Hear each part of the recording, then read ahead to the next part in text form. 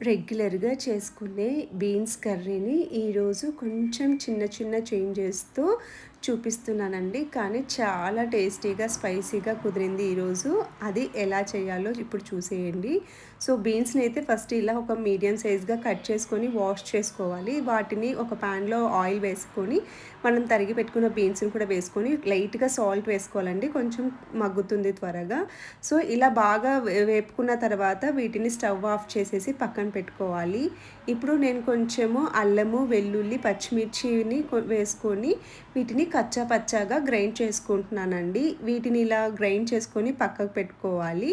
So, ఇప్పుడు అలాగే వేరే ఒక గిన్నె కానీ, ఏదన్నా కడాయి కానీ పెట్టేసుకొని అందులో కొంచెం ఆయిల్ వేసుకోవాలండి. అలాగే పోపు గింజలు కూడా వేసుకొని మనం మిక్సీ పట్టుకున్న ఈ అల్లం, పచ్చిమిర్చి పేస్ట్ కూడా వేసుకొని బాగా పచ్చివాసన పోయే వరకు వేపుకోవాలి. ఇందులోనే ఒక 2 టేబుల్ స్పూన్స్ వరకు శనగపిండి వేసుకోవాలండి. శనగపిండి వేసుకున్నాక బాగా ఫ్రై చేసుకోవాలి.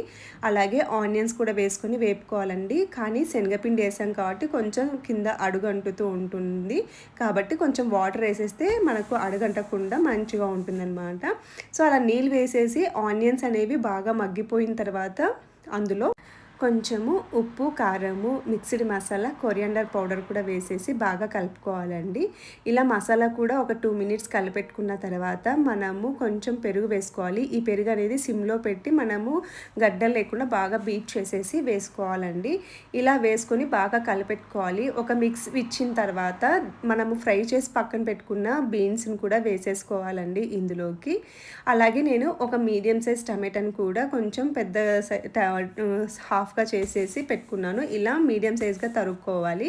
సో, వీటిని కూడా వేసేసుకోండి. మనము ఇప్పుడు కొంచెం హాట్ వాటర్ వేసుకోవాలండి. అప్పుడు మళ్ళీ త్వరగా ఉడికిపోతుందనమాట. సో, ఇలా కొంచెం నేను మునిగే వరకు వేశాను.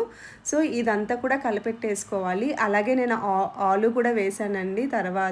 నేను అది మర్చిపోయాను వీడియో తీసేది. సో, అలా ఆలు కూడా వేసుకున్న తర్వాత మూత మూసేసుకొని మనం మరిగించుకోవాలండి. మధ్య మధ్యలో కలిపెట్టుకుంటూ ఉండాలి అంతే. ఆల్రెడీ బీన్స్ ఫ్రై చేసాం కాబట్టి త్వరగానే ఉడికిపోతుంది. అలా ఉడికిపోయిన తర్వాత లాస్ట్‌లో కొత్తిమీర వేసుకొని కలిపెట్టేసుకుంటే మన బీన్స్ కర్రీ అనేది రెడీ అయిపోతుంది. ఇది వేడి వేడి అన్నంలోకి కానీ, చపాతీలోకి కానీ చాలా బావుంటుందండి. ఒకసారి ట్రై చేసి చూడండి.